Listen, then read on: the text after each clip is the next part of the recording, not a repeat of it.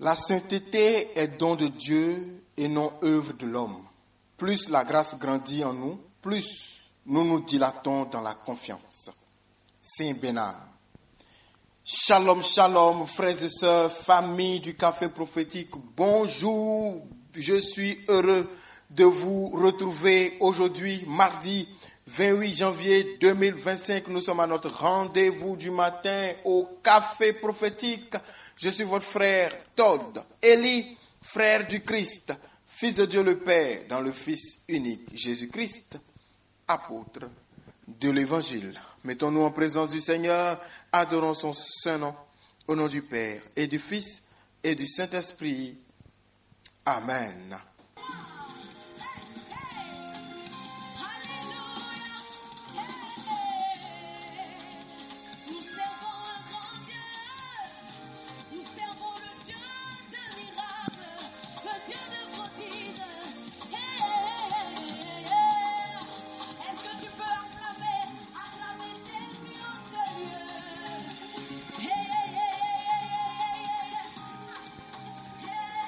Enfant d'un grand Dieu, j'espère que tu t'es bien réveillé ce matin.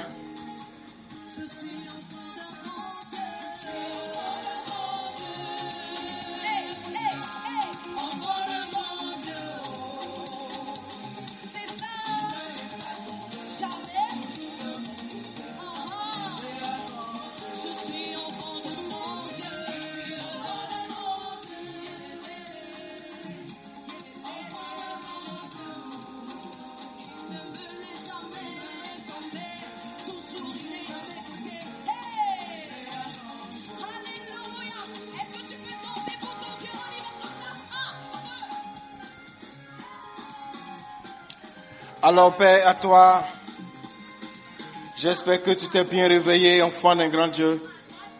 Ce matin, je veux partager avec toi, à la suite d'hier, cette exhortation.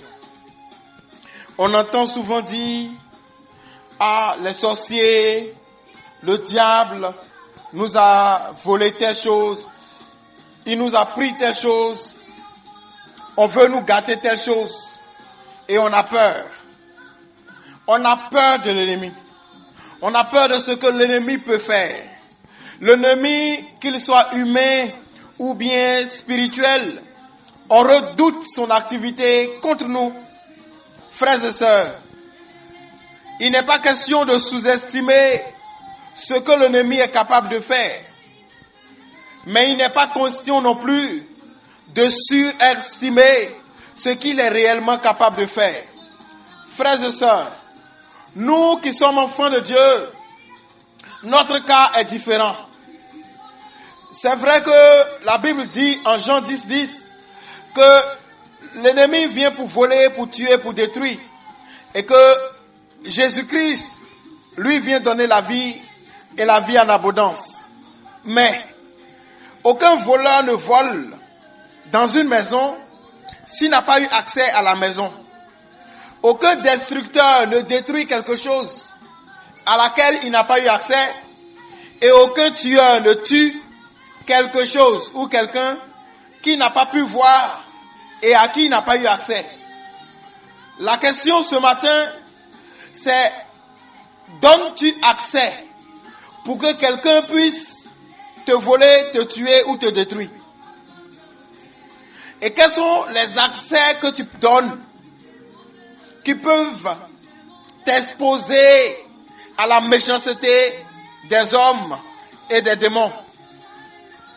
Si ce n'est pas le péché, si ce n'est pas la vie qui est en déphasage avec Dieu et qui te fait perdre les avantages de ton alliance. Rappelez-vous, la semaine passée, nous avons parlé au sujet de la conscience de l'alliance. As-tu gardé la conscience de l'alliance ou tu as perdu cette conscience-là? Ce matin, je veux parler à quelqu'un qui a gardé la conscience de l'alliance et qui ne l'a pas perdue. Qui sait que parce qu'il est enfant d'un grand Dieu, n'importe quoi ne peut pas lui arriver. Mais pour maintenir son état de grâce, il ne peut pas faire n'importe quoi non plus. il ne peut pas aller n'importe où, au risque de sortir du parapluie de la grâce et de s'exposer. Allons voir Zacharie chapitre 2, le verset 8. La Bible dit,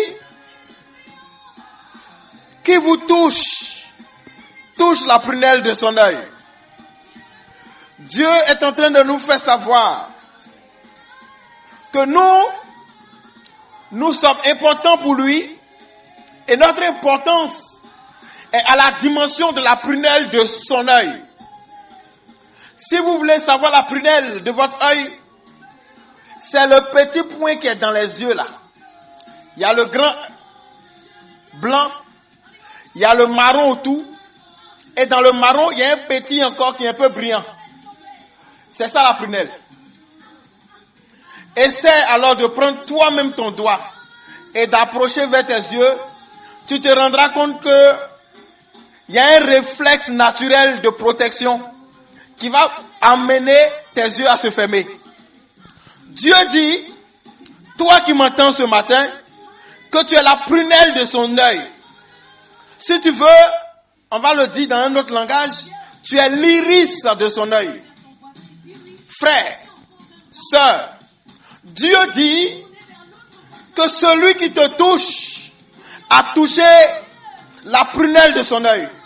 Si toi-même tu ne peux pas toucher la prunelle de ton œil, si quelqu'un d'autre ne peut pas toucher la prunelle de ton œil, comment cela se fera-t-il que les hommes ou bien que les esprits puissent toucher à la prunelle de l'œil de Dieu notre Père? Cela n'est-il pas impossible? Bien sûr que c'est impossible. Alors ce matin, comprends dans ton esprit une bonne fois pour toutes que tu n'es pas n'importe qui, que n'importe quoi ne peut pas t'arriver, parce que tu es l'enfant d'un grand Dieu et tu es la prunelle de ses yeux. Alléluia.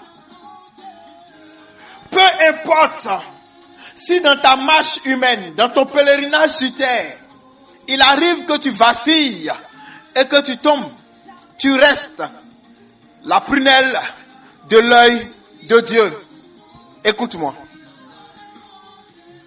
Dans le livre de Genèse, en son chapitre 12, le verset 15, 16 et 17, la Bible dit ceci. Là, avant de lire ça, Abraham était avec sa femme Sarai en Égypte. Et puis, la Bible dit que la femme d'Abraham était tellement belle qu'il craignait que dans le pays étranger où il était, quand les gens sauront que c'est sa femme, vu sa beauté, qu'on ne le tue, lui, Abraham, pour pouvoir prendre la femme. Donc, il s'est entendu avec sa femme pour mentir et leur faire croire que c'est sa sœur. Comme ça, les gens ne vont pas le tuer s'il convoite sa femme. Alors, étant donné qu'il a dit aux gens que c'est sa sœur, alors que c'est sa femme, Pharaon, vu la beauté de la femme, a décidé de la prendre. Et la Bible dit dans le verset 15, 16 et 17 ceci. Les grands de Pharaon la virent aussi et la vantèrent à Pharaon. Et la femme fut amenée dans la maison de Pharaon. Pharaon traita bien Abraham à cause d'elle. Et Abraham reçut des brebis, des bœufs, des ânes, des serviteurs et des servantes, des ânesses et des chameaux. Mais l'Éternel frappa de grandes plaies Pharaon et sa maison au sujet de Sarai, femme d'Abraham. Frères et sœurs, vous pouvez relire le texte Genèse 12, verset 15 à 17. Comment Abraham, qui dit aux gens que ce n'est pas sa femme, mais c'est sa sœur. Donc les gens se disent, ok, comme c'est ta sœur, nous, on la trouve belle, on la prend comme épouse. Donc Pharaon prend la femme d'Abraham comme épouse, pensant que c'est la sœur d'Abraham. C'est la faute de qui? Qui a menti? C'est Abraham. Mais il a menti parce qu'il avait peur qu'on le tue pour prendre la femme. Et qu'est-ce que Pharaon fait? La Bible dit que Pharaon traita bien Abraham à cause de Sarai, la femme qu'il a prise. Et Abraham reçut de Pharaon des brebis, des bœufs, des ânes, des serviteurs, des servantes, des ânesses et des chameaux. Autrement dit, il lui a donné un peu comme s'il lui donnait la dot. Un peu comme si. Maintenant, il finit de prendre la femme et la nuit, l'Éternel frappe de grandes plaies Pharaon et sa maison. Pourquoi? Parce que Pharaon avait pris Sarai, femme d'Abraham. Et quand vous lisez, Dieu dit à Pharaon, va déposer la femme là, c'est la femme de mon serviteur. Dans la suite, Pharaon même dit à Moïse, à Abraham, mais qu'est-ce que je t'ai fait de mal? Pourquoi tu m'as menti? Pourquoi tu m'as pas dit la vérité et tu m'as exposé moi et ma maison? Prends ta femme et puis quitte mon territoire. Qu'est-ce que je veux vous dire? Ici, Abraham est en erreur. Mais malgré qu'il était en erreur, Dieu l'a défendu. Pourquoi? Parce qu'il était pour Dieu un ami, un prophète, un serviteur. Et Dieu, bien qu'ayant vu l'erreur de son serviteur, il a quand même engagé le combat contre Pharaon pour ramener la femme de son serviteur Abraham. Frères et sœurs, la même histoire se reproduit encore plus tard dans Genèse chapitre 20. Ici on est à Genèse chapitre 12. Mais dans le chapitre 20, le verset 1, 2 et 3, la Bible dit ceci. Le même Abraham partit de là pour la contrée du Midi. Il s'établit entre Kadès et Chour et fit un séjour à Guérar. Abraham disait de Sarah, sa femme, c'est ma sœur. Il a reproduit la même erreur, toujours par peur qu'on le tue pour prendre sa femme.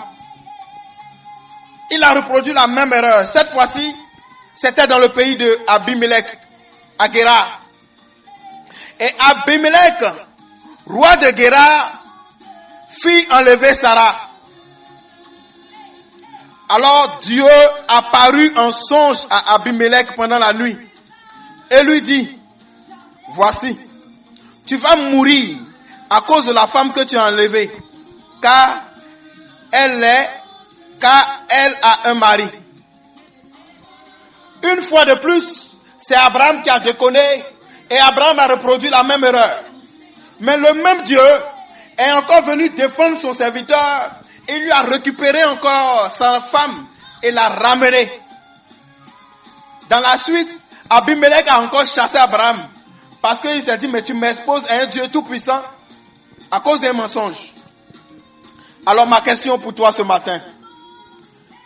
Si Dieu agit ainsi, alors que son ami Abraham a déconné, comment agirait-il lorsque tu seras victime d'injustice?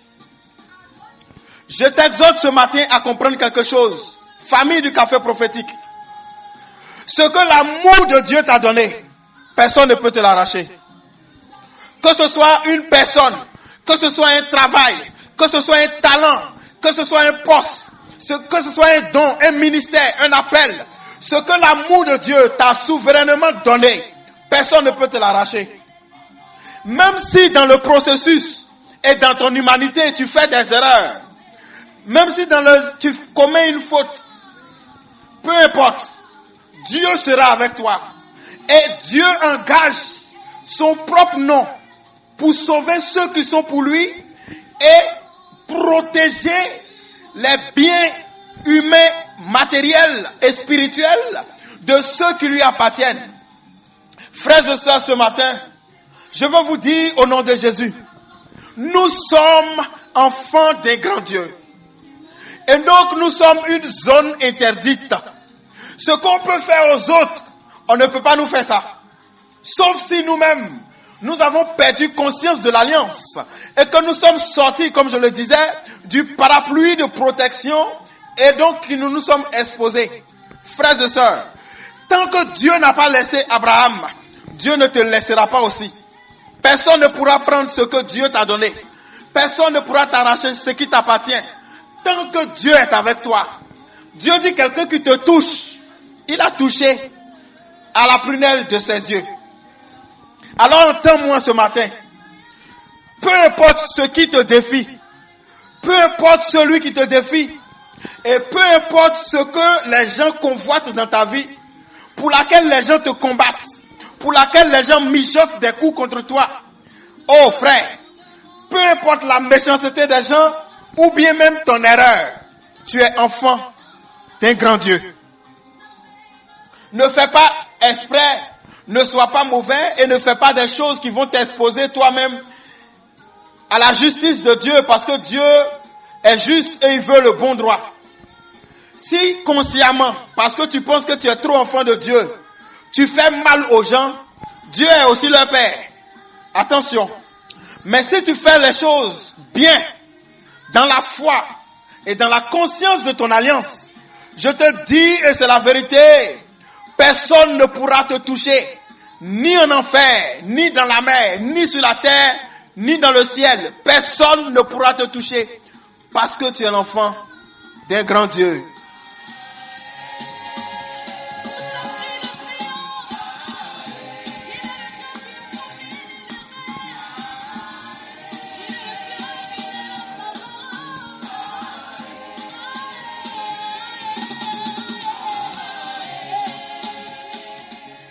Alléluia. Enfant d'un grand Dieu. Tu es une zone interdite. Ne s'avance pas vers toi n'importe qui. Et les gens ne peuvent pas te faire n'importe quoi sans que l'Éternel ne réagisse.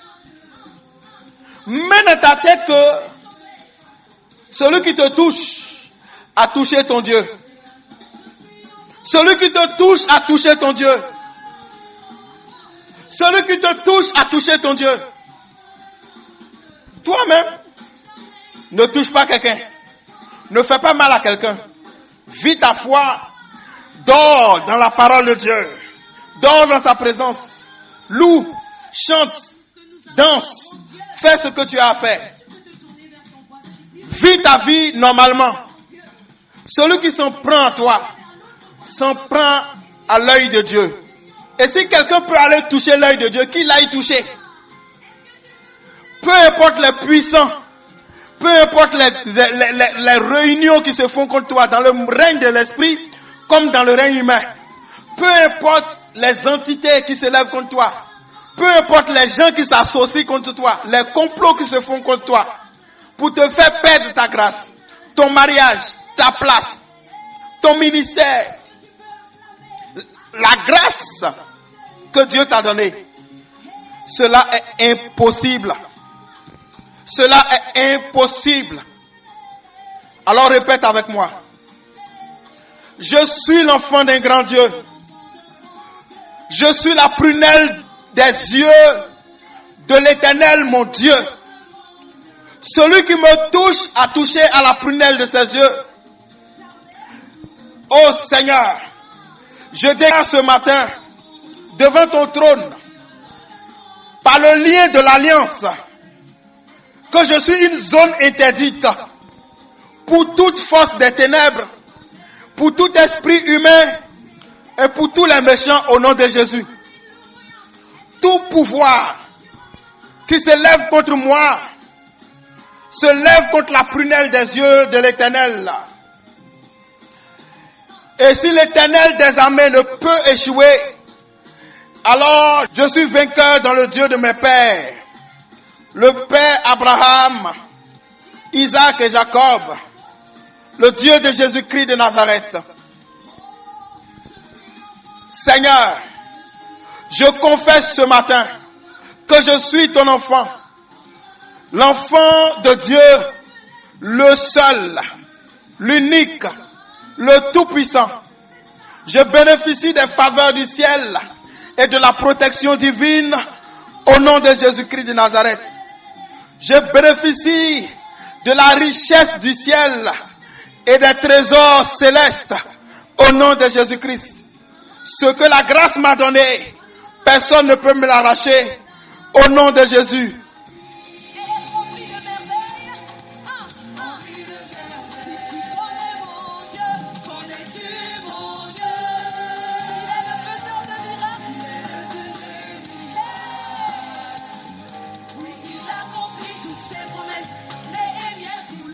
Seigneur, tu es le Dieu qui accomplit toutes tes promesses.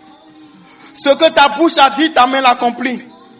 Je crois en tes promesses et je les attends comme un guetteur, comme un veilleur au nom de Jésus.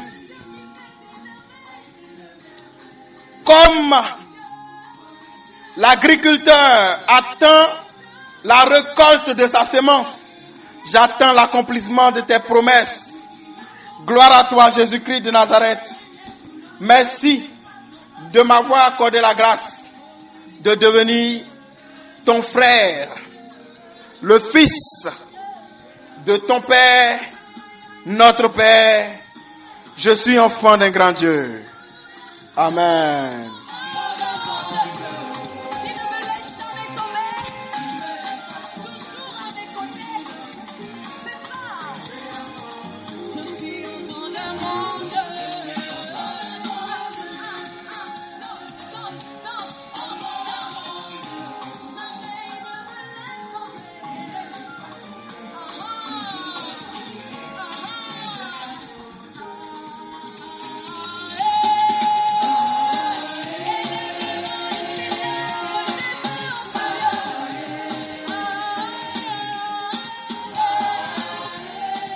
Famille du café prophétique,